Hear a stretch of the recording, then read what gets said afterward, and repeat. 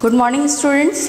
हम human growth and development पढ़ रहे हैं, जिसमें हम सबसे पहले देख रहे हैं जीवन काल के चरण, जिसे स्टेजेस ऑफ लाइफ स्पैन भी कहा जाता है। जीवन काल वह होता है जिसमें व्यक्ति के शरीर में क्या क्या अंतर परिवर्तन आ रहे हैं, उसके अनुसार उसके ग्रोथ के साथ साथ वो कौन कौन से स्टेजेस को फेस करता है अपने पूर्ण जीवन काल में, और साथ ही कौन कौन से काल में कितना समय व्यतीत करता है, यह है आपका जीवन काल।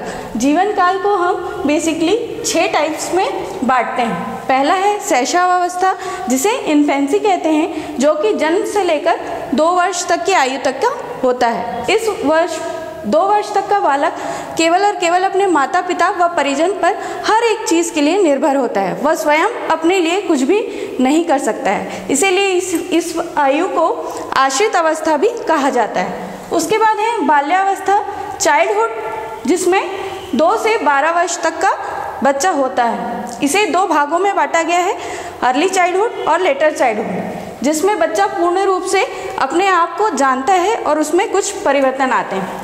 फिर उसके बाद है किशोरावस्था, जिसे एडोलसेंस कहते हैं, जिसमें बालक जो है 13 से 21 वर्ष तक के आयु का होता है। इसे टीन एज भी कहा जाता है, क्योंकि यह जो है बेसिकली 13 टीन्स में ही ज़्यादा व्यतीत होता है। 13 से 19 वर्ष तक का जो व्यक्ति होता है वह केवल टीनेजर्स कहलाता है, और इसीलिए एडोलसेंस को कहीं कहीं पर टीनेजर्स भी कहा जाता है। उसके बाद बात आती है प्रौढ़ावस्था की, अर्ली एडल्टहुड, 21 से 40 वर्ष।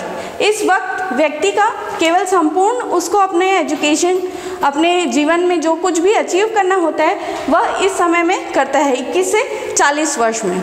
उसके बाद बात आती है मध्यावस्था, जिसे मिडिल एज कहते हैं, जो कि 41 से 60 वर्ष होता है। इस वर्ष में, इन्हीं वर्षों में जो व्यक्ति होता है वो पूर्ण रूप से अपने सभी चीज़ों को प्राप्त करता है, और साथ ही साथ यहाँ पर उसके मानसिक परिवर्तन, शारीरिक परिवर्तन बहुत सारे आने लगते हैं, जो व्यक्ति अपने आप को निर्बल महसूस करने लगता है। उसके बाद बात आती है वृद्धावस्था, जिसे ओल्डर एज कहते हैं, जो कि 60 वर्ष की आयु और उसके पश्चात होती है, जो कि सबसे कठिन समय जीवन काल का होता है, जिसमें व्यक्ति पूर्ण तरह से सभी कामों को खुद नहीं कर पाता है और दूसरे लोगों पर निर्भर होने लगता है, और अपने आप को आसक्त महसूस करता है और अपने लिए ही खिन्न होने लगता है। उसमें जो व्यक्ति होता है वो चिड़चिड़ा सा होने लगता है, और इसी वजह से वो बाहरी लोगों से या अपने दूसरे उम्र के लोगों से सामंजस्य नहीं स्थापित कर सकता है, और उसे लगता है कि सभी लोग जो हैं मुझे इग्नोर कर रहे हैं और मेरे साथ कोई बातचीत नहीं करना चाहता है। उसे अपनी सेल्फ रिस्पेक्ट बहुत ज़्यादा इस समय प्यारी हो जाती है,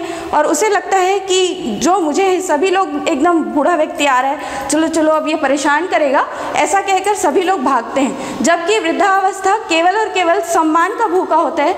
उस अवस्था में अगर व्यक्ति को सम्मान से बातचीत की जाए और उसको थोड़ा समय दिया जाए तो वह भी सामान्य व्यक्ति की तरह अपना जीवन व्यतीत कर सकता है। आगे देखेंगे हम इन्हीं जीवन काल के चरणों में और क्या क्या परिवर्तन शारीरिक मानसिक रूप से हम करते हैं। अगली क्लास में हम उसे कंटिन्यू करेंगे।